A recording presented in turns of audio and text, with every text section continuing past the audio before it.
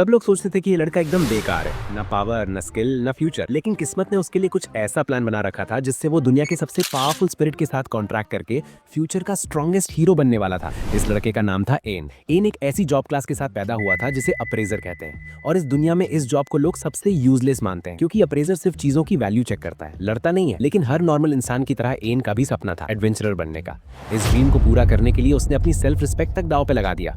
वो एक adventurer party के साथ काम करता था, ऑलमोस्ट स्लेव की तरह। एन का काम था उनका सामान उठाना, लूट संभालना और मॉन्स्टर्स के पार्ट्स निकालना, वो भी ना के बराबर पैसों में। पार्टी का लीडर एक सोर्ड्समैन जोड और उसकी विजिट गर्लफ्रेंड जोलिन, दोनों की ऐसा मैं क्यों बोल रहा हूँ आगे देखो, फिर तुम लोग भी गाली दोगे। दोनों एन को बिल्कुल कचरा समझते थे। एन कुछ बोल भी नहीं सकता था क्योंकि उसे पता था अगर इस पार्टी से निकाला गया तो कोई और पार्टी उसे हायर ही नहीं करेगी।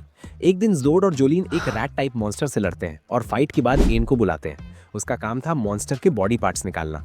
प्रॉब्लम ये था कि एन में स्ट्रेंथ ही नहीं था। मॉन्स्टर के दांत निकालना उसके लिए ऑलमोस्ट इम्पॉसिबल हो रहा था। जब उसने हेल्प मांगी, जोड ने मदद करने के बजाय पत्थर उठा के मार दिया और बोला एक काम भी ढंग से नहीं कर सकता, तू पार्टी में रहने लायक नहीं है। एन को गुस्सा आया लेकिन उसने जोड से आई एम सॉरी कहा क्योंकि उसे पता है उसे सर्वाइव करना है, रिच बनना है, चाहे कितनी भी बेइज्जती हो, और उसे कोई और पार्टी रखता भी नहीं। किसी तरह वो मॉन्स्टर के दांत निकाल लेता है। थोड़ी देर बाद उन्हें एक हेलहाउंड का डेड बॉडी मिलता है। हेलहाउंड के पार्ट्स काफी महंगे बिकते हैं तो जोड और जोलिन खुश हो जाते हैं। एन नोटिस करता है कि कुछ गड़बड़ है। हेलहाउंड इस फ्लोर पे नॉर्मली मिलता ही नहीं। वो वॉर्न करता है लेकिन दोनों उसे इग्नोर कर देते हैं और कहते हैं ज्यादा मत सोच, काम कर। जैसे जैसे वो आगे बढ़ते हैं और भी हेलहाउंड की डेड बॉडी दिखने लगती हैं। जोड और जोलिन को लगता है जैकपॉट मिल गया। जोड तो होटल में रूम लेकर जोलिन के साथ करने का भी प्लान करने लगता है, लेकिन एन समझ जाता है अगर किसी एडवेंचरर ने इन्हें मारा होता तो वैल्यूएबल पार्ट्स ऑलरेडी गायब होते, यानी ये जगह ट्रैप है। वो फिर से वॉर्न करता है लेकिन जोड उसे धमकी देता है, ज्यादा नाटक किया तो बिना पैसों के निकाल दूंगा। तभी अचानक हेलहाउंड्स का झुंड उनकी तरफ दौड़ता हुआ आता है। सब फ्रीज हो जाते हैं। एन उनके मुंह पर खून देखकर समझ जाता है ये हेलहाउंड्स आपस में ही लड़कर मर गए हैं। जोड और जोलिन को समझ आ जाता है कि वो एक भी हेलहाउंड से नहीं जीत सकते और भाग भी नहीं सकते। तब जोड एक घटिया आइडिया देता है, एन को बलि का बकरा बना देते हैं। जोलिन एन पर पैरालाइजिंग स्पेल डाल देती है। एन जमीन पर गिर जाता है, हिला भी नहीं सकता। दोनों उसे छोड़कर भाग जाते हैं। देखा, इसीलिए मैं इन दोनों को गाली दे रहा था। जैसे ही हेलहाउंड्स एन को काटना शुरू करते हैं, दर्द से पैरालिसिस टूट जाता है। वो पत्थर और अपने बैग का खाना फेंक के किसी तरह भागने की कोशिश करता है, लेकिन जोड और जोलिन उसे रोकने के लिए एग्जिट क्लोज कर देते हैं। एन भागते भागते क्लिफ के एंड में आ जाता है। अब एन के पास दो ही ऑप्शन होते हैं, या हेलहाउंड्स का खाना बनना या क्लिफ से कूदना। वो सोचता है अगर मैं एडवेंचरर बनने का सपना ना देखता तो शायद एक सिंपल जिंदगी जी लेता, और फिर वो क्लिफ से कूद जाता है। नीचे गिरते गिरते उसे लगता है कि वो लूजर ही जिया और लूजर ही मरेगा। गिरने के बाद वो जिंदा होता है लेकिन ऑलमोस्ट मर चुका होता है। जब एन की आंखें खुलती हैं वो एक छोटे से पूल में होता है और उसकी सारी इंजरीज हील हो चुकी होती हैं। एन पानी अप्रेस करता है और शॉक हो जाता है। ये पानी था एस रैंक आइटम यग्ड्रिसल ड्रॉप्स, जो किसी भी इंजरी या डिजीज को इंस्टेंटली हील कर देता है। वो ऊपर देखता है और जाइंट ट्री को अप्रेस करता है। Result Yggdrasil the world tree.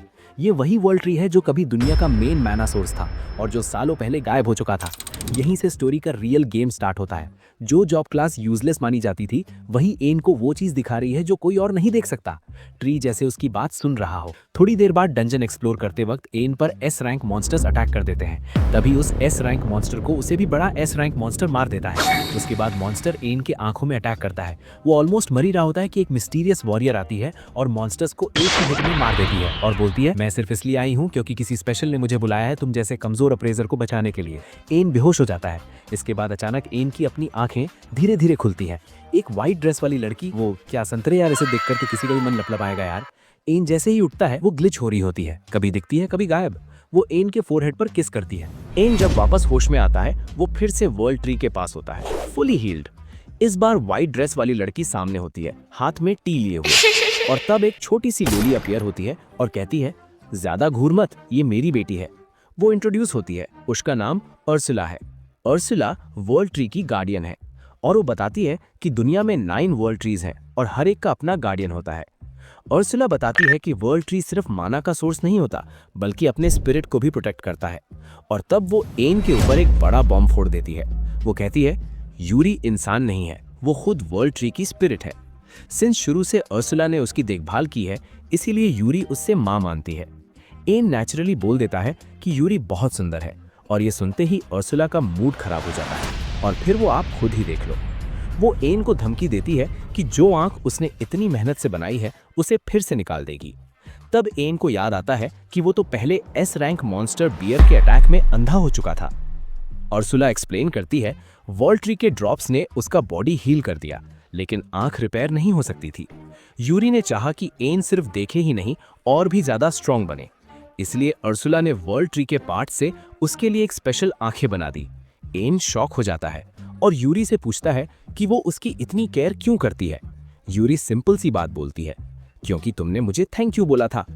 अर्सुला आगे बताती है कि एन से पहले भी काफी एडवेंचरर्स यहाँ गिरे थे। यूरी ने सबको बचाया, लेकिन किसी ने उसे कभी थैंक यू नहीं बोला। कुछ लोग तो ये जानकर कि वो वर्ल्ड ट्री है, उसकी ब्रांचेस तोड़कर लूट के ले गए थे। ये सीन क्लियरली दिखाता है कि इस स्टोरी में पावर का ट्रिगर काइंडनेस है, टैलेंट नहीं। एन दिल से यूरी को थैंक्स बोलता है और यूरी उसी तरह शर्मा जाती है जैसे कि हिनाता शर्माती थी नारुतो को देखकर। अर्सुला बीच में आकर बोलती है, अब निकल जाओ यहाँ से, तुम ठीक हो चुके हो। लेकिन यहाँ पर प्रॉब्लम ये था कि एन को खुद ही ये डंजन से होते हुए बाहर जाना होगा, क्योंकि अर्सुला यूरी से ज्यादा दूर नहीं जा सकती थी और उसका टेलीपोर्टेशन भी डंजन में काम नहीं करता। लेकिन यूरी बोलती है कि अगर एन अभी गया तो वो मर जाएगा। ये बोलते बोलते वो रो पड़ती है और जैसे ही यूरी रोती है, अर्सुला तुरंत पिघल जाती है। वो डिसाइड करती है कि जब तक एन एक स्ट्रांग और अच्छा आदमी नहीं बन जाता, तब तक वो उसे ट्रेन करेगी। अब स्टार्ट होता है स्पिरिट आई ट्रेनिंग। अर्सुला एन को डंजन के एक अंधेरे कॉरिडोर में ले जाती है। एन बोलता है, यहाँ तो मेरे फ्यूचर से भी ज्यादा डार्कनेस है। अर्सुला उसे मोरॉन बोलती है और बताती है कि उसकी लेफ्ट आई अब वर्ल्ड ट्री की पावर से जुड़ी है। जैसे ही एन फोकस करता है, सब कुछ दिन की रोशनी जैसा क्लियर दिखने लगता है। अर्सुला एक आईबॉल मॉन्स्टर को उठा देती है और बोलती है, लेसन 1, इसके अटैक्स डॉज करो अप्रेजल यूज करके। एन बोलता है, अप्रेजल ऐसे काम नहीं करता। अर्सुला बोलती है, तुम्हारी स्पिरिट आई के साथ करता है। जैसे ही एन ट्राई करता है, उसे दिखता है मॉन्स्टर राइट ईयर पर अटैक करेगा, पर नॉलेज का मतलब स्किल नहीं होता। मॉन्स्टर फिर भी उसका कान काट देता है। अर्सुला बैरियर बनाकर उसे हील करती है और बोलती है, यूरी ने मुझे यज्ञसिल की पानी दी है, मतलब जब तक सीखोगे नहीं तब तक तुम घायल होते रहोगे और मैं तुम्हें हील करती रहूंगी। पूरा एक हफ्ता एन सिर्फ डॉज प्रैक्टिस करता है। अब वो अटैक का प्लेस और टाइमिंग दोनों देख पाता है, लेकिन जैसे ही ओवर कॉन्फिडेंट होता है, मॉन्स्टर हिट कर देता है। जैसे तैसे एन ये ट्रेनिंग पास कर लेता है। अब अर्सुला बोलती है कि तुम्हारा कॉम्बैट ट्रेनिंग सीखने का टाइम आ गया है। ये सुनकर एन की फट जाती है और कहता है, मैं एक अप्रेजल हूँ, मैं फाइट नहीं कर सकता। लेकिन अर्सुला फिर भी उसे एस रैंक मॉन्स्टर के साथ लड़ने को कहती है और उसे एक वुडन स्वॉर्ड देती है, जो कि वर्ल्ड ट्री की एक टहनी से बना हुआ था, जो यूरी ने खुद तोड़ी होती है। एन सोचता है अब जीत इजी होगी, लेकिन मॉन्स्टर ज्यादा फास्ट होता है। तब एन स्पिरिट आई को और डीपन करता है और अनलॉक करता है एडवांस्ड अप्रेजल। अब उसे मॉन्स्टर की मूवमेंट स्लो मोशन में दिखने लगती है, एक परफेक्ट काउंटर और मॉन्स्टर डाउन। अर्सुला उसे ओवर कॉन्फिडेंस के लिए कराटे चॉप मारती है और बोलती है, अब इस फ्लोर के सारे मॉन्स्टर्स क्लियर करो। एन एक्सपेक्टेड से भी जल्दी क्लियर कर देता है। अब अर्सुला बोलती है कि इन सब मॉन्स्टर्स की एबिलिटी खुद के अंदर ले लो। इस एस रैंक मॉन्स्टर की एबिलिटी खुद के अंदर लेना इम्पॉसिबल है। अर्सुला बताती है कि नॉर्मल ह्यूमन के लिए इम्पॉसिबल है, लेकिन स्पिरिट आई के साथ ये पॉसिबल है। एन आईबॉल मॉन्स्टर को अप्रेज करता है और उसकी सुपर एक्सेलरेशन स्किल गेन कर लेता है। फिर वो दौड़ता है, लेकिन बॉडी स्ट्रेस हैंडल नहीं कर पाती। मसल्स फट जाते हैं और एन मुंह के बल गिर जाता है। अर्सुला हील करती है। फिर वो दौड़ता है, फिर गिरता है। अर्सुला हील करती है। ये सर्कल चलता रहता है। कुछ दिन बाद एन का बॉडी मॉन्स्टर लेवल ड्यूरेबल बन जाता है। अब नेक्स्ट लेवल में अर्सुला एन से कहती है कि मुझे अप्रेज करके बताओ। वो बिना वार्निंग फायरबॉल मार देती है, डेड, और बोलती है, इसी मोमेंट में अप्रेज करो। अर्सुला बताती है कि इस स्पेस में तुम सिर्फ सोच के ही अपना अटैक कर सकते हो, ये सीखते वक्त। एन जलता है, हील होता है, फिर ट्राई करता है। Repeat repeat repeat. World tree drops उसका माना रिफिल करते रहते हैं और माना कैपेसिटी भी बढ़ जाती है। हाफ मंथ के बाद एन हंड्रेड्स ऑफ फायरबॉल्स कास्ट कर सकता है और इंटरमीडिएट मैजिक भी। अब अर्सुला एन को बियर मॉन्स्टर के पास ले जाती है और फाइट करने को कहती है, लेकिन बियर मॉन्स्टर को देखकर एन का ट्रॉमा वापस आ जाता है। लेकिन अर्सुला बोलती है, तुम अब वीक नहीं हो। फाइट शुरू होती है, फायरबॉल्स मिस हो रहे हैं। स्टॉर्म ट्रूपर एम स्मोक का यूज करके an speed plus slow motion appraisal use करता है। Wind magic plus non stop fireballs. Finally an S rank bear को मार देता है।